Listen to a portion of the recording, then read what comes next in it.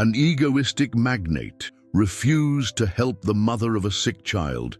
20 years later, that child decided his fate.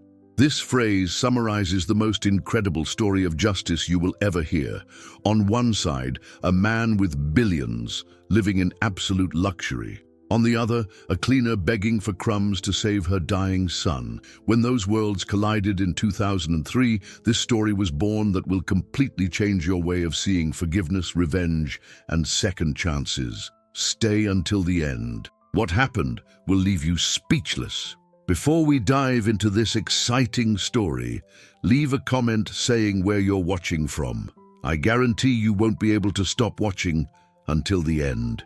Rain was hitting the windows of San Francisco Hospital in São Paulo, creating a melancholic symphony that resonated through the cold, white corridors. It was a December night in 2003, and on the uncomfortable benches in the waiting room, a 35-year-old woman was holding the small, fragile hand of her 8-year-old son.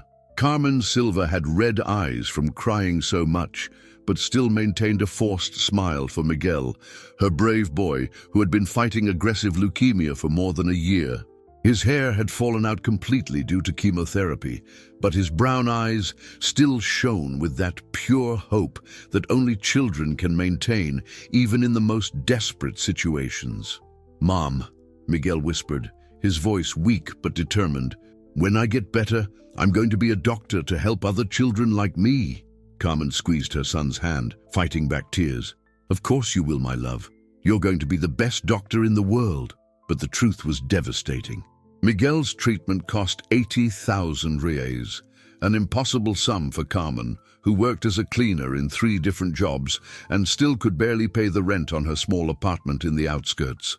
The doctors had been clear. Without the bone marrow transplant, Miguel had only a few weeks to live. Carmen had exhausted all options. She sold everything she had, asked for loans she knew she could never repay, organized raffles and campaigns at church.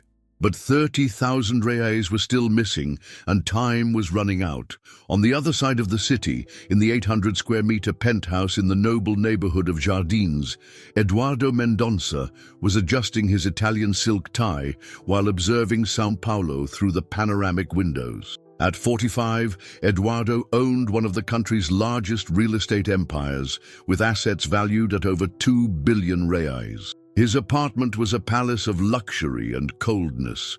Imported marbles, artworks that cost fortunes, furniture that was worth more than an entire family's house. But behind all that ostentation lived a bitter, calculating man completely disconnected from any feeling of compassion. Eduardo had built his fortune by stepping on anyone who appeared in his path. For him, the poor were lazy people who deserved their condition, and charity was a waste of money that could yield better investments. "Mr. Mendonça," said Clarice, his personal secretary, through the intercom, "Exam magazine is here for the interview about the richest businessman of the year." "I'm coming," Eduardo replied, checking his platinum Patek Philippe. Another opportunity to show the world how being ruthless in business was the only way to achieve true success. The interview took place in his private office, an environment that looked more like an ego museum than a workplace. Trophies, certificates, and photos with politicians decorated the walls, while Eduardo answered questions with the characteristic arrogance of someone who considered himself superior to other mortals. "Mr. Mendonça," asked the journalist, "does your company have any social responsibility program? Any initiative to help needy communities?" Eduardo laughed with disdain. "Social responsibility is a fad for weak businessmen who want to appear in the media.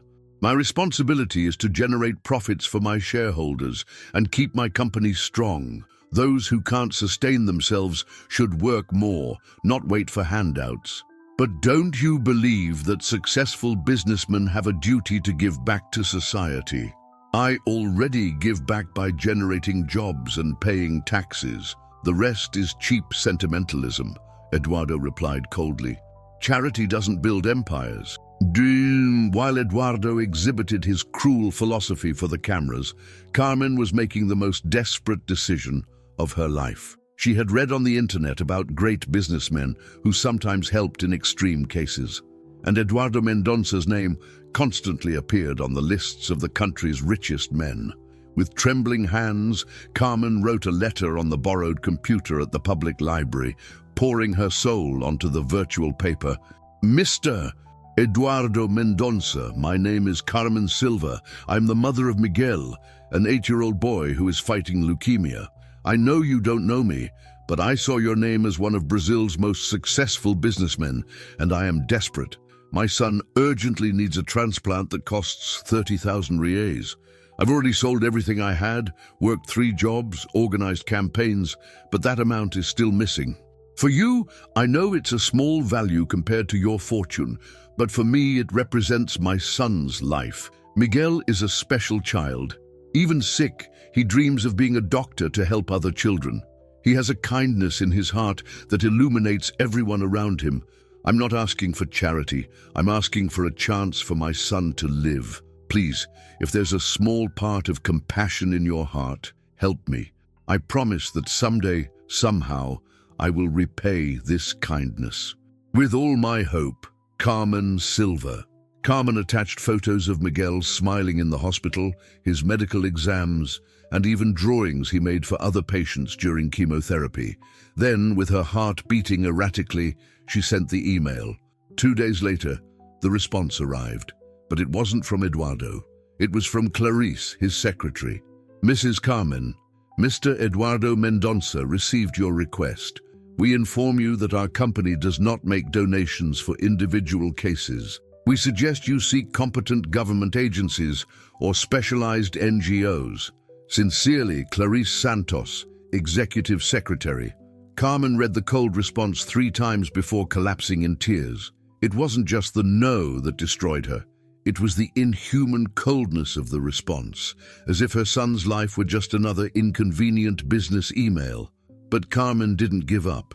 During the following days, she tried every possible means to reach Eduardo personally. She called the company dozens of times, but the secretary always stopped her.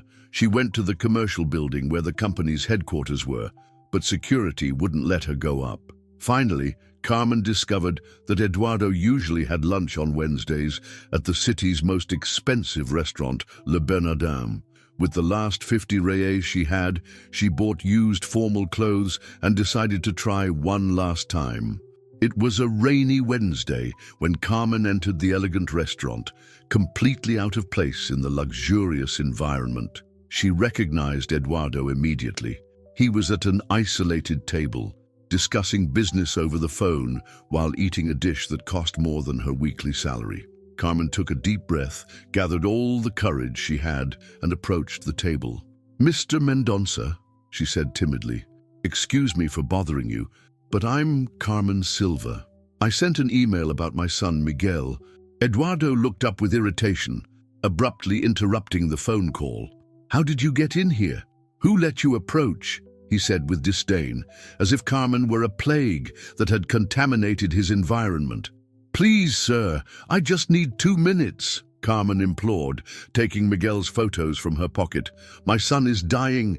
He's only 8 years old and—" "Listen well," Eduardo interrupted her brutally, standing up from his chair in anger. "I don't know how you got my email or found out where I eat, but this is harassment. I don't owe you or your son anything." People at nearby tables began to look, whispering among themselves. Carmen felt her face burn with shame, but she didn't back down. "Sir, I'm not asking for charity.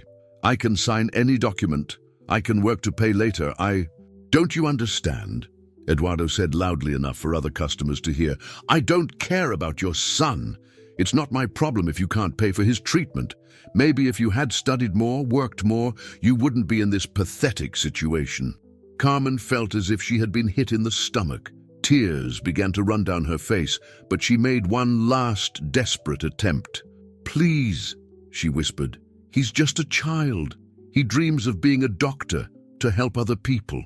He doesn't deserve to die because of money." Eduardo called security with an impatient gesture. "Get this woman out of here, and next time, check better who you let in." As the guards escorted Carmen outside, she turned one last time. "Sir," she said, her voice broken but still charged with dignity, "someday you're going to need someone's compassion. I hope that person is better than you." Eduardo returned to his table as if nothing had happened, but something about that woman's broken dignity bothered him for the rest of the day. He managed to suppress the feeling quickly. After all, people like Carmen were just obstacles on the path to success. A week later, Carmen received the news she had feared for months. The doctors called her for a private conversation and, with soft but definitive voices, explained that there was nothing more they could do. Miguel's condition had deteriorated rapidly, and they estimated he had only a few days to live. "Mom," Miguel said that night, when Carmen finally told him the truth, "don't be sad. I know you did everything you could." Carmen hugged her son, feeling as if her heart was being torn from her chest. "I'm sorry, my love. Sorry for not being able to save you. You saved me every day, Mom. You saved me with your love." Miguel looked at her with those eyes too wise for a child. "Will you promise me something? Anything, my love. When I'm gone, don't let anger take over your heart. The world needs good people like you." Miguel passed away 3 days later, on a sunny morning that cruelly contrasted with the darkness that took over Carmen's heart. She held her son's small, cold hand until the nurses forced her to step away. The funeral was simple but moving. Dozens of people from the community attended. Children Miguel had met in the hospital, church families, neighbors who had been touched by the brave boy's story. Everyone brought flowers and words of comfort, but nothing could fill the devastating void that had settled in Carmen's soul. Meanwhile, Eduardo continued his life as if nothing had happened. The restaurant scene had already been completely forgotten, filed in his mind as just another minor inconvenience in his busy schedule. If you're excited about this story, leave a like to motivate me to continue. But life has a peculiar way of presenting its bills, and Eduardo's bill was being calculated for a long time. 20 years passed.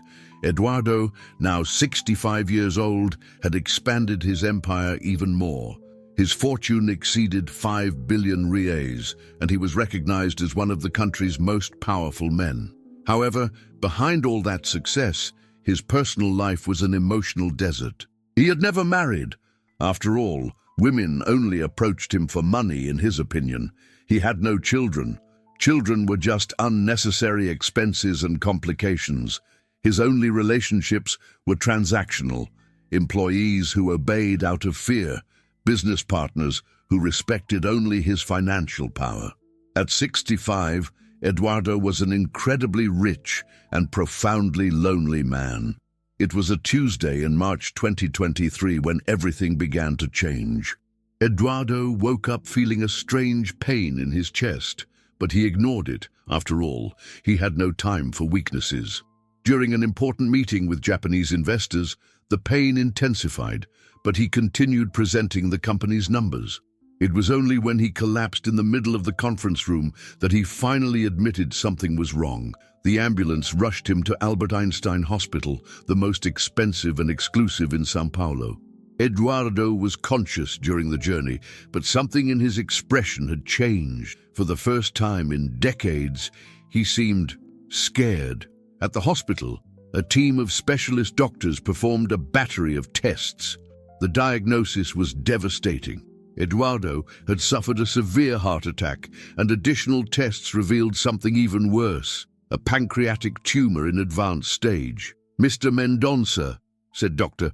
Rodriguez, the chief cardiologist, "you're going to need immediate heart surgery, followed by aggressive oncological treatment. I'll be frank, it's a very delicate situation." Eduardo, accustomed to controlling everything around him, for the first time found himself completely powerless. "What's the prognosis?" he asked, his voice for the first time charged with vulnerability. "Hard to say. Much will depend on the medical team that conducts your case. Fortunately, we have one of the country's best oncologists here at the hospital. I'll call him to evaluate your case." 20 minutes later, the room door opened, and Eduardo looked up to see who would be the doctor responsible for his life. The man who entered was tall, with an elegant bearing, around 28 years old. He wore an impeccable coat and carried a folder with tests. But it was his eyes that made Eduardo feel an inexplicable chill. They were brown, deep, and there was something familiar in them that he couldn't identify. "Good afternoon, Mr. Mendonça. My name is Dr. Miguel Silva. I'm the oncologist who will take care of your case." The world stopped. Eduardo stared at the young doctor's face, and slowly, like pieces of a puzzle fitting together, memory returned. Those brown eyes, he had seen them before, but not in the face of an adult, successful man. He had seen them in the face of a sick child, in the photos a desperate mother had shown at the restaurant 20 years earlier. "Miguel Silva," Eduardo whispered, his voice almost inaudible. "Exactly," Dr. Miguel replied, sitting in the chair next to the bed with professional calm. "I see my name is familiar to you." Eduardo felt as if he were living a nightmare. How was it possible? The child was dead. He was sure of that. You can't be," Eduardo stammered. "The 8-year-old boy with leukemia, whose mother begged for your help in 2003? Dr. Miguel completed the sentence with disturbing calm. "Yes, it's me." The device monitoring Eduardo's heartbeats began to sound uncontrollably. His breathing accelerated and panic took over his face. "But you died. You were dying." Dr. Miguel opened the folder with Eduardo's tests, leafing through them with the same professional tranquility he had maintained since entering the room. "I almost died," he corrected. "In fact, doctors gave me 3 days to live after you refused to help us. But sometimes, Mr. Mendonça, the universe has other plans." Eduardo was in complete shock. His hands trembled, and he seemed to have aged 10 years in a matter of minutes. How did you survive?" Dr. Miguel closed the folder and looked directly into Eduardo's eyes for the first time. "A week after you humiliated us at that restaurant, my mother received a call. An anonymous businessman had read about my case in the local newspaper and decided to pay for my treatment in full. We never knew who it was. He asked to maintain total anonymity." Eduardo heard each word like physical blows. The transplant was performed, and I recovered completely. But the experience changed my life forever. I decided I was going to dedicate my existence to saving children like I was once. Dr. Miguel stood up and walked to the window, observing the city's movement below. "I studied medicine with a full scholarship, specialized in pediatric oncology, got my master's and doctorate. Today, at 28, I'm considered one of the country's best oncologists. I've saved hundreds of children who were in the same situation as me." He turned toward Eduardo again. "And now, ironically, fate has put your life in my hands." The silence in the room was deafening. Eduardo couldn't process the dimension of what was happening. The child he had condemned to death was now the only one who could save him. What are you going to do to me?" Eduardo asked, his voice almost a whisper. Dr. Miguel sat down again, resuming his professional medical posture. "I'm going to do what I swore to do when I graduated, Mr. Mendonça. I'm going to try to save you, because unlike you, I believe every life has value." Eduardo began to cry. For the first time in decades, genuine tears ran down his face. I'm sorry. I didn't know. I was a different man." "Were?" Dr. Miguel asked gently. "Or still are?" The question cut Eduardo like a blade. He realized that even after 20 years, his life philosophy hadn't changed. He continued to be the same selfish and cruel person. "Your case is complex," Dr. Miguel continued, returning to medical aspects. "The tumor is in advanced stage, and combined with heart problems, your survival chances are approximately 30%. You'll need immediate surgery, followed by a very aggressive chemotherapy protocol." Eduardo heard the words as if he were hearing his own death sentence. "But I have money," he said desperately. "I can pay for anything, any treatment, anywhere in the world." "Mr. Mendonça," Dr. Miguel interrupted gently, "money doesn't cure cancer. What cures is medical knowledge, dedication, and," he made a significant pause, "compassion." The word compassion resonated in the room like a ghost from the past. "Please," Eduardo begged, "save me. I'll do anything. I'll pay any amount." "It's not a question of money," Dr. Miguel replied. "It's a question of whether you're willing to fight for your life. And more important, it's a question of whether you understand why it's worth fighting." In the following days, while Eduardo prepared for surgery, Dr. Miguel continued to be his doctor with impeccable professionalism. But there was something between the lines of their conversations that deeply troubled Eduardo. During one of the pre-operative consultations, Eduardo finally gathered courage to ask the question that tormented him. "Why are you helping me? Why don't you let me die after what I did?" Dr. Miguel was checking some tests when he stopped and looked directly at Eduardo. "Do you want to know the truth, Mr. Mendonça? For years, I carried anger toward you in my heart. Anger for being so cruel to a sick child and his desperate mother. Anger for preferring to spend money on superfluities while denying help to save a life." Eduardo lowered his head, unable to hold the doctor's gaze. "But do you know what my mother taught me before she died?" Dr. Miguel continued. "Your mother died?" Eduardo asked, surprised. 5 years ago. Breast cancer. Ironically, the same disease I'm trying to cure in you." Dr. Miguel sat in the chair next to the bed. "In the last days of her life, I was consumed by the anger I felt toward you, and she told me something that changed my perspective forever." Eduardo waited in silence. "She told me, Miguel, anger is like poison you take, hoping the other person dies.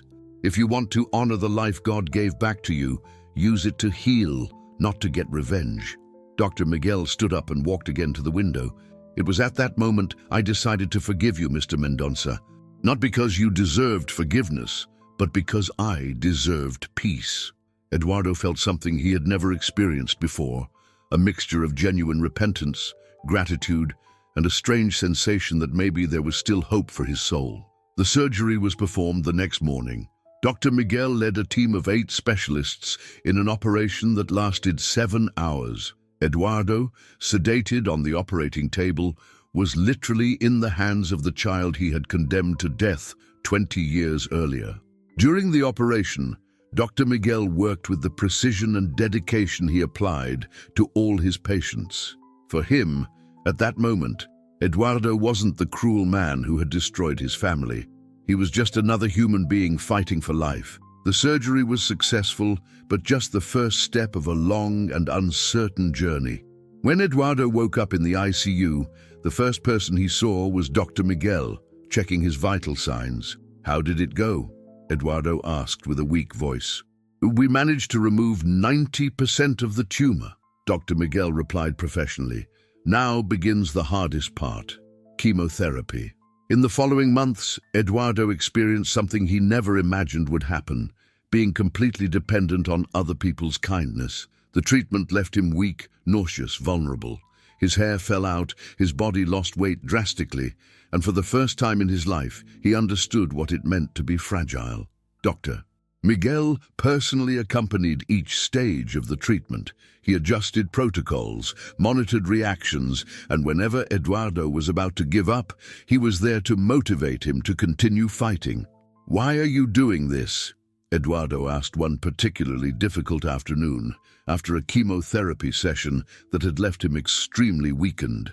"Why do you care so much about me?"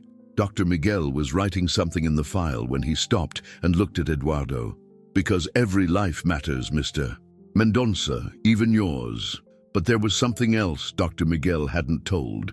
During treatment, he discovered that Eduardo had no family, no true friends, no one who genuinely cared about him. The country's richest man was completely alone in the world. "Mr. Mendonça," Dr. Miguel said during one of the consultations, "may I ask you a personal question?" "Sure." "Do you have anyone? Family? Close friends? Someone who cares about you beyond your money?" The question hit Eduardo like a punch to the stomach. For the first time, he was forced to confront the devastating reality of his existence.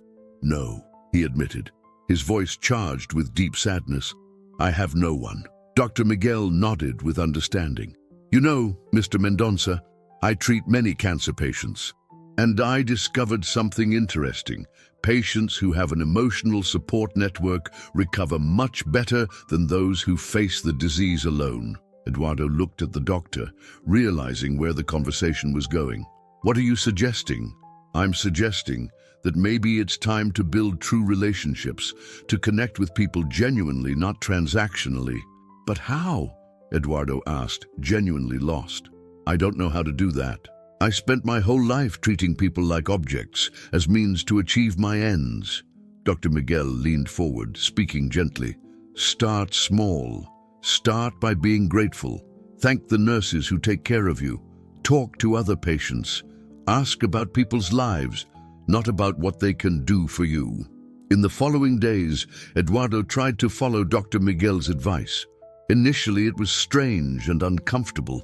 He didn't know how to have genuine conversations with people he had considered inferior for so long.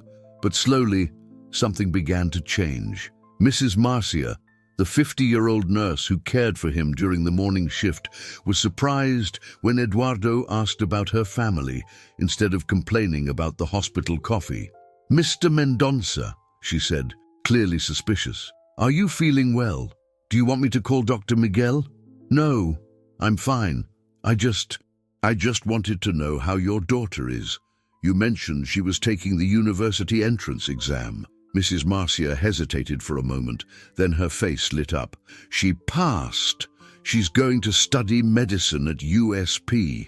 For the first time in decades, Eduardo felt genuine joy for another person's happiness. How wonderful. You must be very proud. The conversation continued for a few minutes, and when Mrs. Marcia left the room, Eduardo realized he had spent 15 minutes without thinking about money, business, or himself. That was the first of many small moments that began to transform Eduardo from within. He began to talk with other patients in the chemotherapy room. He met Jose, a 60-year-old metalworker who was fighting the same type of cancer, but who faced the disease with contagious optimism. Mr. Eduardo, Jose would say during sessions, have you noticed how we become more sensitive to everything when we're sick? Colors seem more vivid, smiles more beautiful, words more important. Eduardo had never thought about that, but Jose was right. For the first time in his life, he was really paying attention to the world around him. 6 months after the beginning of treatment, Dr. Miguel called Eduardo for an important conversation. I have good news, he announced with a discreet smile. The latest tests show the tumor reacted very well to treatment. It's in remission. Eduardo felt a wave of relief and gratitude that left him speechless. Does that mean I'm cured? It means you won this battle. You'll need regular follow-up for the next few years, but the prognosis is very positive. Eduardo began to cry, not from desperation as he had cried before, but from pure gratitude. How can I thank you? How can I thank you for saving my life after everything I did? Doctor.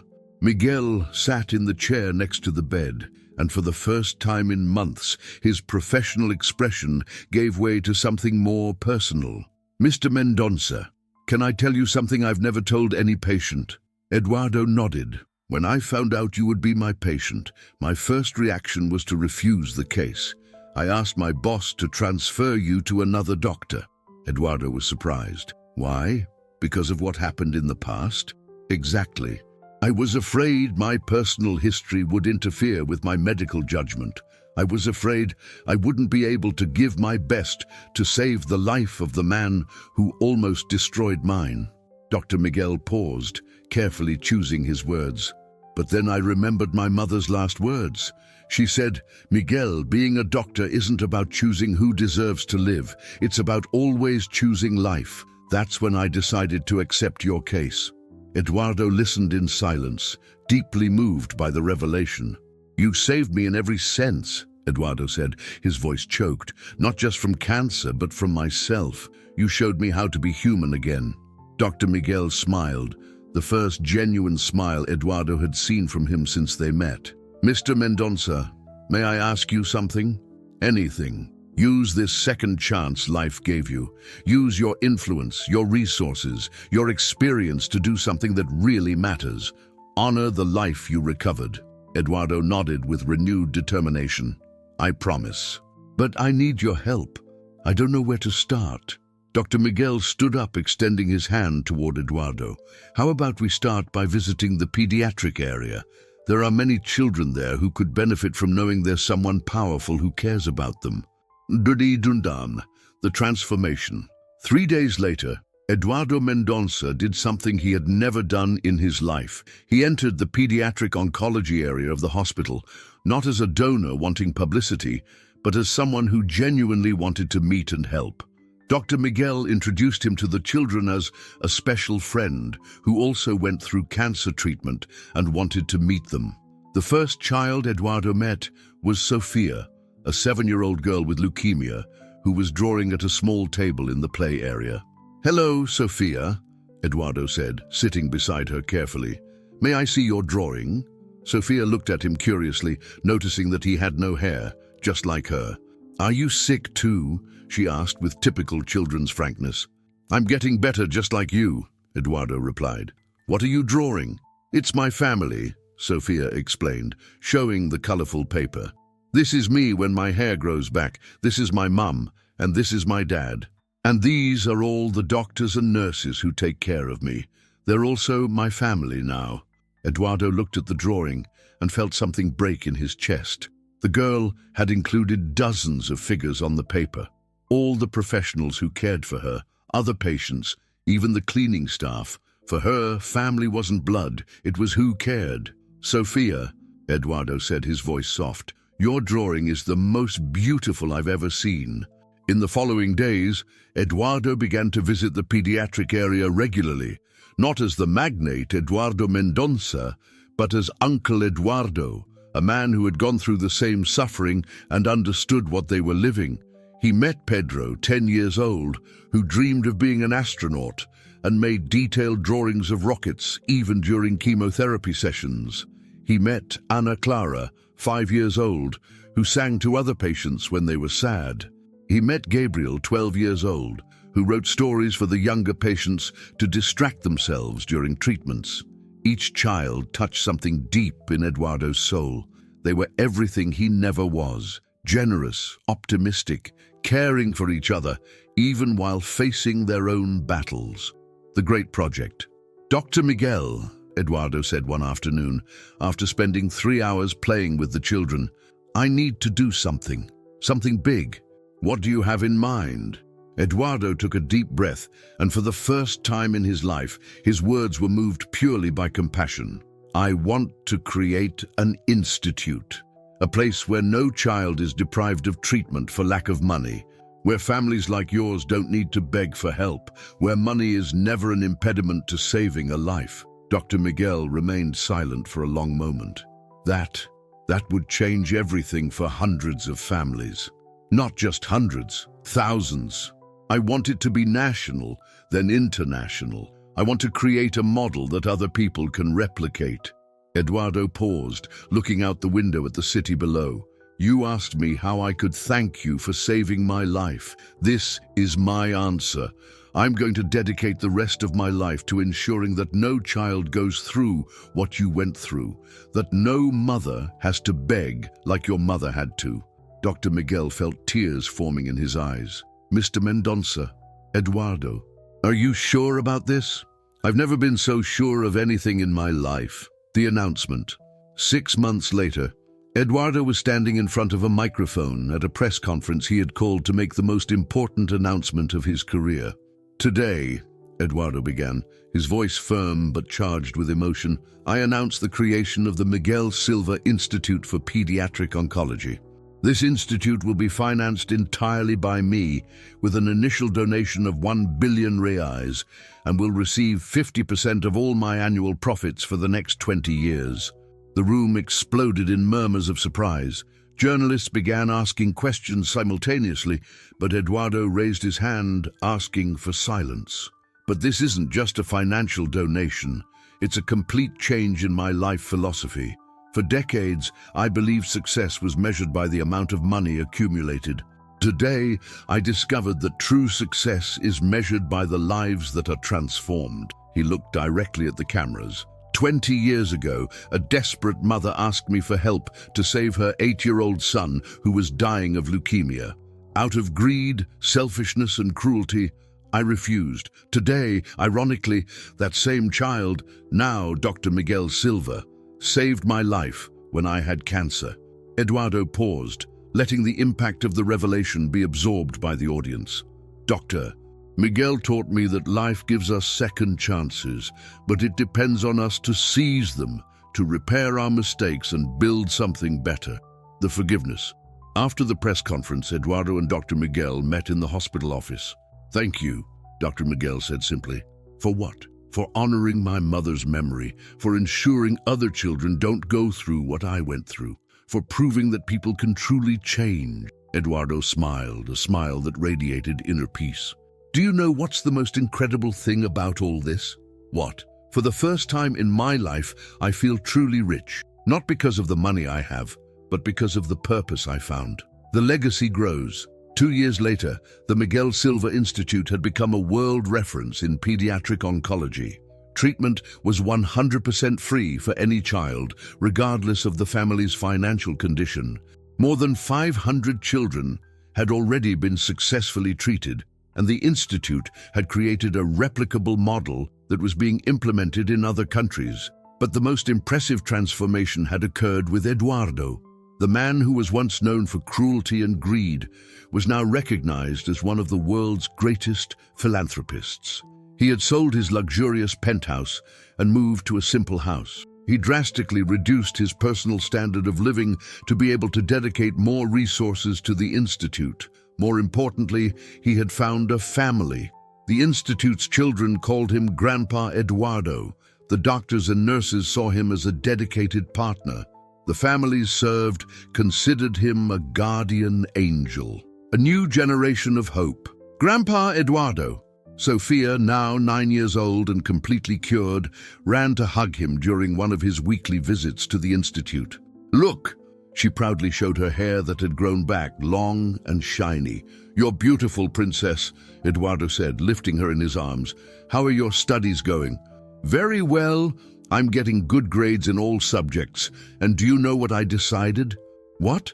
I'm going to be a doctor like Dr. Miguel. I want to help other children like he helped me.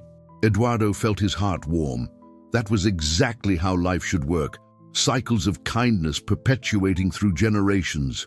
On a special December afternoon, exactly 20 years after Miguel's death, the child he had been, and who now lived through Dr. Miguel, Eduardo was organizing a special ceremony at the Institute. Dr. Miguel found Eduardo in the Institute's garden, watching the children play. What are you thinking about? Dr. Miguel asked, sitting next to him on the bench. I was remembering that night, 20 years ago, when your mother begged me for help at the restaurant. Eduardo replied. If I could go back in time and change that moment, I wouldn't change anything. Dr. Miguel interrupted softly. Eduardo looked at him surprised. How so? If you had helped me that day, I would be just another child saved by a rich businessman. I wouldn't have had the motivation I had to become a doctor. I wouldn't have had the passion I have for saving other children. And you would continue to be the same selfish person as before. Dr. Miguel smiled. Sometimes, Eduardo, the worst moments of our lives are necessary to lead us to the best moments. Your refusal to help me created a chain of events that resulted in hundreds of children being saved. In a strange way, your cruelty of yesterday transformed into the salvation of many lives today. Eduardo reflected on those words, perceiving the deep wisdom behind them. So you forgive me? Completely? Eduardo, Dr. Miguel said, putting his hand on the older man's shoulder, I don't just forgive you, I thank you, because without that terrible experience, I would never have become who I am today, and you would never have discovered who you really can be. At the complete family. Eduardo, Dr. Miguel said one afternoon, finding him in the garden where he used to meditate, I need to tell you something important. What happened? Carla is pregnant. Eduardo felt pure joy flood his heart. Carla was Dr. Carla, a pediatric oncologist whom Dr. Miguel had met at the institute and married the previous year. Miguel, what wonderful news! You're going to be incredible parents. We want to ask you something, Dr. Miguel continued. We'd like you to be the godfather. And if it's a boy, we want to name him Eduardo. Tears flowed freely down Eduardo's face. At 70, after a lifetime of loneliness, he would finally have a godchild, a new generation to love and guide. It would be the greatest honor of my life, Eduardo replied, hugging Dr. Miguel like the son he never had. 9 months later, Eduardo was holding little Eduardo Miguel Silva in his arms, a name that represented the union between the painful past and the hopeful future. Hello, little one, Eduardo whispered to the baby. Your godfather has many stories to tell you. Stories about how love can transform people, about how it's never too late to change, about how kindness always wins in the end. The baby opened his eyes, those same deep brown eyes that Eduardo had first seen in the face of a sick child, then in the face of a saving doctor, and now in the face of a new hope. The complete circle. As the sun set over São Paulo that special day, Eduardo Mendonça looked around the institute he had created and saw his true legacy. It wasn't the billions he had accumulated throughout his life. It was the love reflected in the faces of the cured children, the gratitude shining in the parents' eyes, the renewed hope of hundreds of families. Dr. Miguel, Eduardo said, may I ask you a question? Of course. Do you think your mother would be proud of the man I became? Dr. Miguel smiled, that radiant smile he had inherited from his mother. Eduardo, I'm sure she's watching us now, smiling to see how her love continues to save lives through both of us. As they walked back inside the institute, Eduardo realized he had finally found the answer to the question that had tormented him throughout his life. What was the purpose of existence? The purpose wasn't to accumulate wealth or power. It wasn't to be the most successful or most respected. The purpose was simple and profound, to leave the world a little better than when you arrived. It was to be part of the solution, not the problem. It was to choose love instead of fear, generosity instead of greed, compassion instead of cruelty. 10 years later, little Eduardo, now 10 years old, was in the garden of the institute that bore his father's name, playing with other children in treatment. He had inherited his father's kind eyes and his godfather's determination. Eduardo Mendonça, now 80 years old, watched the scene from his wheelchair. His health had deteriorated in recent years, but his spirit remained strong. Grandpa Eduardo, the boy ran toward him. May I ask you a question? Of course, my dear. Why do you always say I'm special?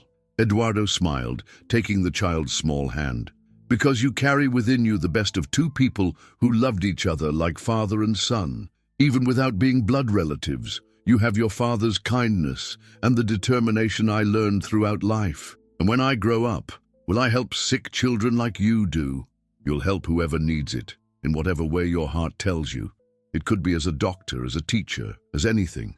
What's important is to always choose love. The boy nodded seriously, with the precocious wisdom that seemed to be a family trait. That night, Dr. Miguel found Eduardo in the garden, contemplating the stars. What are you thinking about?